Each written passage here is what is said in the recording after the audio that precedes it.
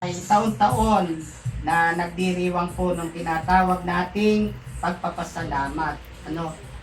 Bakit ba kailangan natin magpasalamat? Abay, natural. Di po ba natali, ano? Oo. Hindi na dapat na magtanong, bakit kailangan magpasalamat? Kundi, obligasyon natin kung sihala na magpasalamat. Di po ba? Kagaya kanina, may mga nagbigay na ng regalo. Hindi ko naman sinabi, ano ba, yung tipong, ay ang liit, ay ang laki. Hindi ko sinabing ganun. Ang aking sinabi, salamat po. Di po ba? Yun sa tao, atin needs. Ano? Kaya tayo naman, bilang magkakasama, ano ba naman yung isang araw na italaga yung pagpapasalamat ng ating samahan. Amen. Bibihira yung ganito Maraming samahan pero wala yata akong pera sa papatira ng, alam nyo na, hindi ko nababanggitin yung, Mr. Norman, naging miyembro ka ron.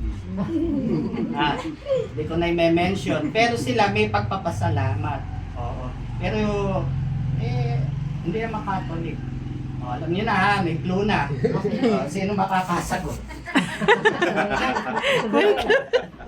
May pagpapasalamat. At tayo naman bilang mga Katoliko, kailangan din may pagpapasalamat. At papasalamat ako, una sa lahat sa Panginoon, kasama ko kayo. Amen. Palakpakan nyo naman ng diba? Tingnan nyo nga yung mga sarili natin. Tayo pa rin. Pero iyan dahil sa, sabi nga natin, ups and down. Kuha nyo po, na tayo bilang magkakasama, hindi natin inibig, Ate Jenny, na sa kabila ng kapintasan ni CJ, sa kabila ng kapintasan ni Tope, sa kabila ng kapintasan ni Kuya Henry, hindi natin inibig na dahil doon sa kapintasan na iyon yung maging hadlang at maging dahilan para tayo bumitiw. Or, tama na. Diba, no? Oo. Kaya isa yun sa dapat ipagpasalamat. Yung tipo na sa kabila ng mga kahinaan, pinatatag tayo ng Panginoon. Amen. Hindi po ba? Amen. Kasi totohanan naman yung 2026 kuya, sabi nga natin, kumbaga sa yung punong napakatatag Di ba nakita nyo yung punong ubod na ng lalim ng ugat? Nung humangin ang ubod ng lakas ng bagyo, di ba nabunot, nabuwal. At iyon yung pagpapasalamat natin. Na ang bawat isa sa atin may mga bagyong dumating. May mga unos na dumating. Pero salamat Panginoon, eto ako ngayon, matatag na nakatayo. Amen. Amen. Palakpakan natin ang Panginoon. Hindi man pare-parehas, pero lahat dumaan. Oo, wala yatang hindi dumaan Pagsubok. Diba? Ano yun ito, Father? Pagsubok. Hindi Paghubog. Paghubog. Hindi gumaganda kay Father. Pagbangon. Hindi nga, hindi ba, pag-usapan natin yun. Very simple ang aral natin ngayon. Pero, wala yatang hindi dumaan sa anumang pagsubok. Di po ba O ngayon, bakit ganun? Sabi sa Santiago atin, yun daw may pananampalataya ay dinaraan sa apoy ng pagsubok. Pagdalisay. Para makita yung kanyang kaniningan bilang ginto. Oy, ang tawag pala sa iyo, Ate Norma, Ginto. hindi lang tao. Ito. Di ba? Kasi dinalisay ka sa mga pagsubok ang mga ang ginto raw dinadalisay sa mga pagsubok. Ang ginto ba makakaramdam ng pagsubok? Ate Susan, hindi ba tao? Kaya ang tawag sa atin hindi lang tao, ginto. Sabihin nyo nga po, ako pala'y ginto. Ako pala'y ginto. Sa paningin ng Diyos. Sa paningin ng Diyos. Eh baka naman mami, pumunta kayo kay Bea. Pasanla po nga. Ang dali kaya kaya ni Santiago. Magkano po ba pilates? Sabi ko, ka sa Santiago, ako'y ginto. Pumunta sa Villarica, jowa. At nagpapapilates. Hindi po. Iyon kumbaga, talinaga. Yung binibigay ng Espiritu ngayon, makita nyo gaano kayo kahalaga sa Kanya. Hindi ka mumurahin. Kahit na tayo minumura, hindi ka mumurahin. Kundi ikaw ay isa sa napaka mamahaling Precious. treasure ng Panginoon. So sana hindi kayo manginayang na kayo nandito, kundi ipagpasalamat natin dahil ako'y naging bahagi ng December 28 sa Sama ni Gabay para malaan ko ako pala ay napakahalaga sa harapan ng Panginoon. Sister Nitz, taga Bukawi pa po. Diba? Para lang makatungo sa imbitasyon, eto siya. Kaya binabanggit sa kanya ng Panginoon, hindi sayang ang pagod, hindi sayang ang gugol. Maganda nga manifestation ngayon kahit sa Facebook. I-click nyo yun. Ano ang sabi? Kung ikaw ay gumastos ng 2025, nabasa nyo ba yon? Ibabalik ng Diyos ng triple at higit pa sa 2026. Amen. Ayaw nyo ba Claim nun? it. Binigay na, triple raw. Yung gastos mo nito 2025. Kaya, di ba naumpisa na yan kila Sister Leia, ang bagit ng gabay. Sumahan ninyo ako at ibabalik ko naman sa inyo gustong takal, siksik, Bibili ka tumaapa. Sumahan daw natin si gabay pati ngayon ng Facebook nakiisaw di ba? Hindi naman kami nag-uusap ni Facebook. Isa mensahe. Sabi sa atin, lahat ng ginastos ng 2025, ibabalik niya 3 I-claim nyo lang. Hindi yung sasabihin nyo, ay nabasa ko lang, hindi. Iyon mensahe sa inyo ng Panginoon, i-claim nyo para magganap sa inyo. Hindi yung, ibabalik ko, okay, swipe. Okay, swipe. Hindi. Minsan kasi, ang Panginoon, iba-iba pang maraan para bigyan ka ng mensahe. Amen. Amen. Kagaya nun, sabi niya, ibabalik ko, triple o higit pa. Sabihin mo, ginamit ng Panginoon si Facebook para masabi niya sa akin yung mensahe na ito. Ngayon, kung sabi mo naman, iyon ay mensahe ng Panginoon, i-claim mo na sa sarili mo. Oo. Huwag nyo tingnan yung wallet nyo na 50, 20 na lang ang laman. Ito po ba Panginoon? Pagka ganun, wala kang pananampalataya. Kundi ang tingnan mo, ay, dami kong pera, 50,000. Di ba? Sabihin mo, ay, dami kong pera, kalahating milyon. Nasa wallet mo rin 50. Kasi nga doon pagaganahin mo yung pananampalataya. Hindi yung nakikita ng mata ang pananampalataya mo lang, kundi maging yung hindi nakikita ng mata ay iyon ang bunga ng ating pananampalataya. Amen. Amen. Oo. Ano pa dapat ay pagpasalamat? Sabihin nyo nga, salamat sa Diyos. Salamat sa Diyos. Nakaraos din. Nakaraos din. Di ba? Tingnan nyo araw-araw. Di ba nakakaraos tayo, ate? Oo. Minsan kasi madaing lang ang tao. Kung minsan nga totohanan, pagka ang tao paladaing, talaga ang Diyos, tinuputol ang biyaya. Kaya huwag kayong paladaing, magpasalamat kayo. Lagi kayo magpasalamat. Sabi nga ni Sister Leia, maganda yung share niya nung nandoon. Hindi naman po lahat ng biyaya ay masasarap lang ang pagpapasalamat natin. Maging kakaramdaman, maging mga problema at pagsubok sa buhay, maging kakulangan, ipagpasalamat natin sa Panginoon. Totoo po. Pagka, mahusay itong anak ko nito kahit na konti ang biyaya ko, pinagpapasalamat di bigyan ko pa nga. Alam niyo, sabi nga Ate Jenny sa Bible, ang pagkatiwalaan niya sa maliit na bagay, pagkakatiwalaan niya sa malaking bagay. Naps, may ano ko dito. Di ba?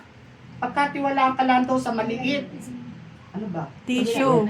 Sa kilay. Sa kabila. Sa maliit na bagay, hindi rin natapos yung mensahe atin. May karugtong. Sabi niya, pwede kong pagkatiwalaan sa malalaking bagay.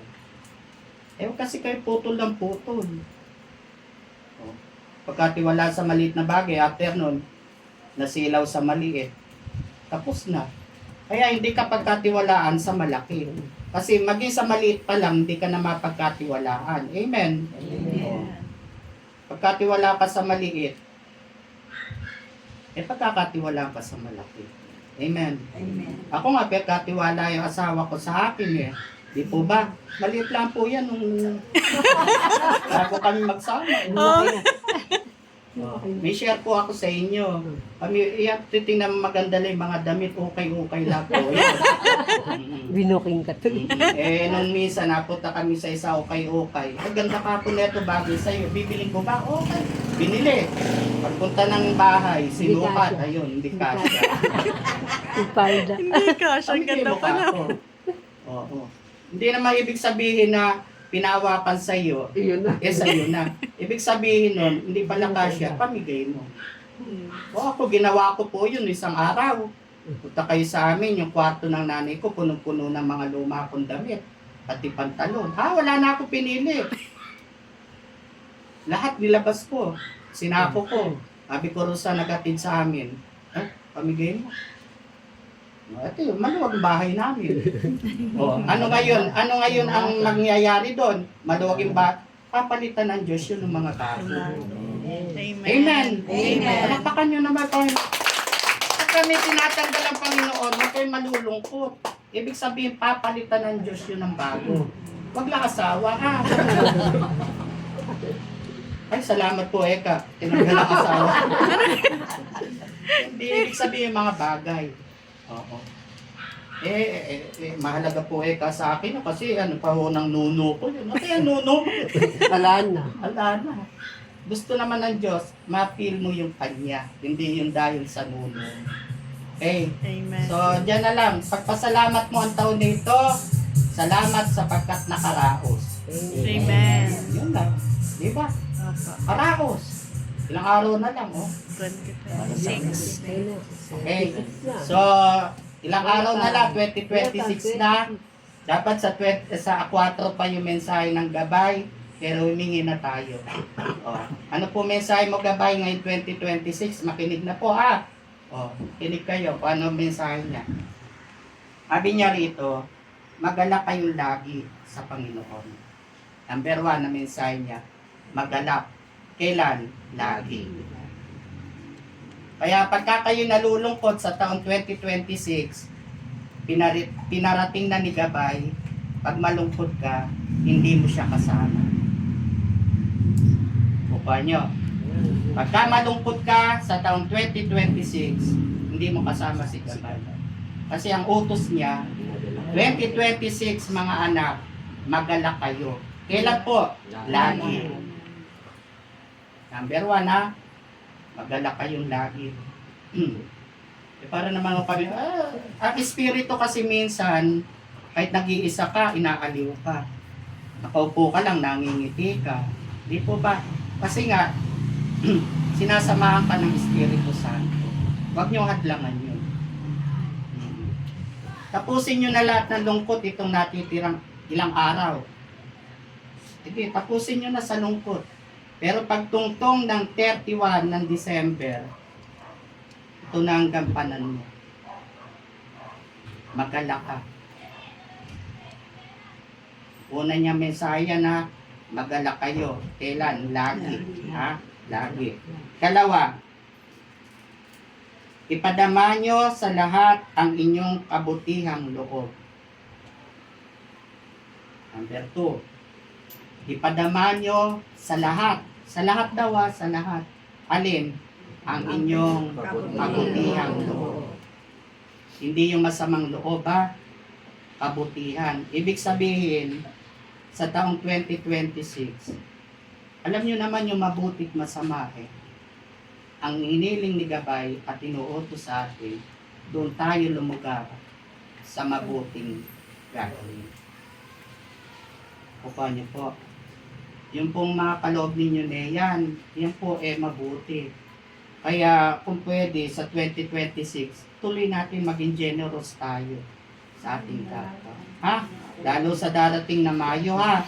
Amen. Ayoko nung magutom yung mga tao ha. Tuwang-tuwang tayo ha. Sino ba yan, Tita Yos? Tuwang-tuwang tayo 2026. Ako naman hindi nangangamba kasi alam ko naman na andyan dyan kayo lagi. O kagaya mamaya. Maya-maya kakain na tayo. Ha? Ako nagugutom. Kasi totohanan, kung ako gusto ko, lahat muna kumain pagdating. May binigay naman sa atin na program. Alam nyo naman, pagka may binigay yung isa na program, hindi naman tayo pwedeng sumuway. Kukuha nyo. Pag sumuway, Palo. pag sumunod, Biyaya. Saan kayo? Biyaya. Tuloy-tuloy, biyaya to. Number 2, ipadama sa lahat. Sa lahat daw sa lahat. Ito nga 2026 iwasan na natin yung kanya-kanya system. Ano ba yung kanya-kanya system? Yung tipo na kami nito bahala kayo. Ang needs at saka ang bita, sila na lang. Meets and beats. Ay, Minutes on bits. Wag! Kundi ang gawin natin, yung tipong, may GC naman tayo eh. Ako nabubuhisit sa inyo, magre-react kayo pagka pinipin ko, di malaki mag-react.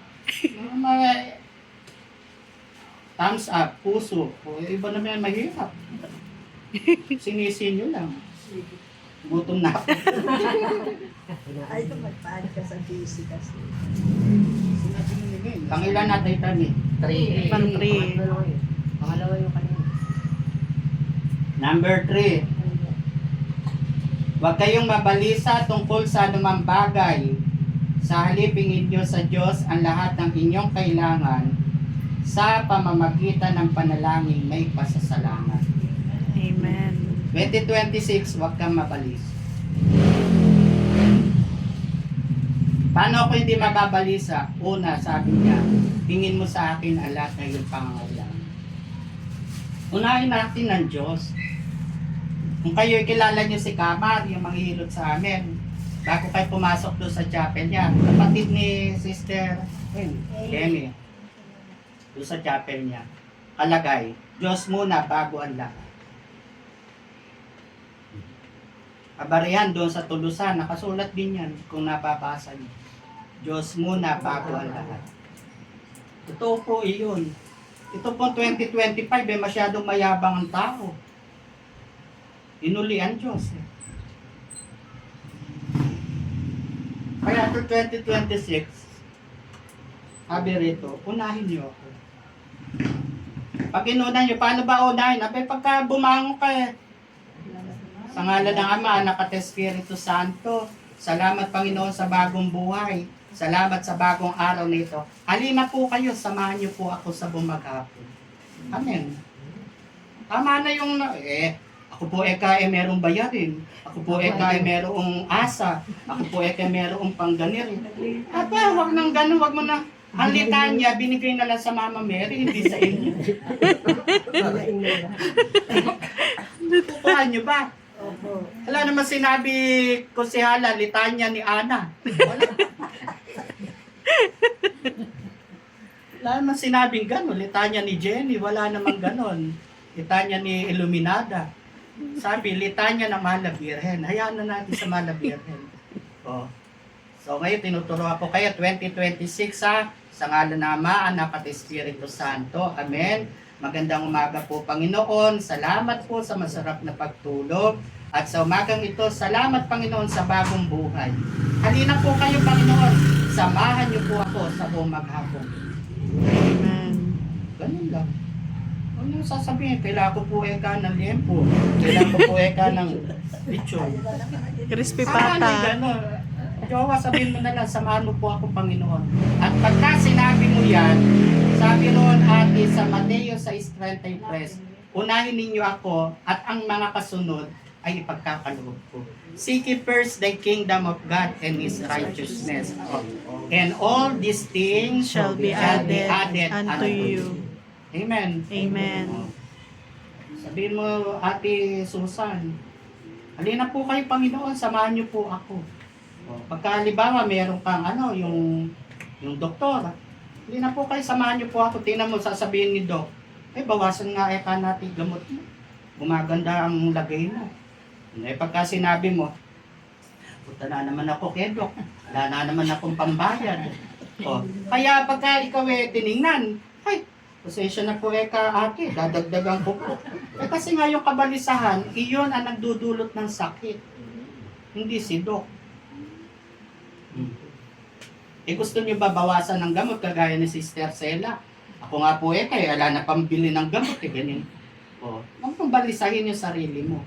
Sabihin mo, Panginoon, samahan mo po ako. Ngayon, pagka naman kasama mo na Panginoon, wala namang lulupad-lupad na Diyos. Ate Jenny, pagkasama mo Diyos, alive. Amen. Amen. Yung buhay, hindi yung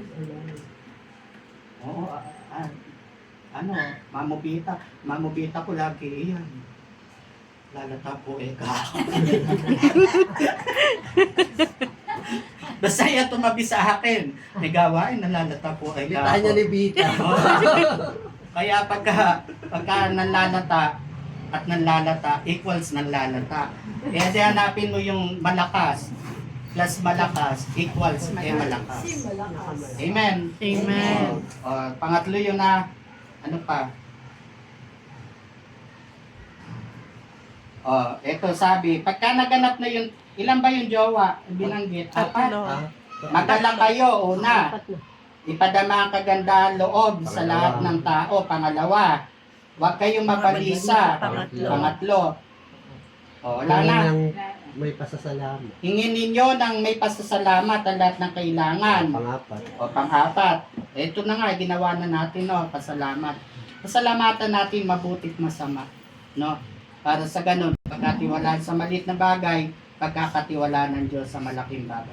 Pag nagawa mo yung 4 na yan sa buong taon ng 2026, ito ngayon ang magiging bunga. At ang kapayapaan ng Diyos na hindi kayang maunawaan ng tao, ang siyang mag-iingat sa inyong puso at pag-iisip dahil sa inyong pakikipag-isa kay Kristo Jesus. Pag ginampan mo yung 4 na mensahe ni Gabay, this coming 2026, ang bunga, kapayapaan. Hindi ka balisa.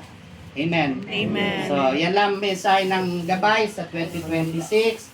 By January 4, please lang please, wala pong ha-absent sa ating unang gawain ng taong 2026.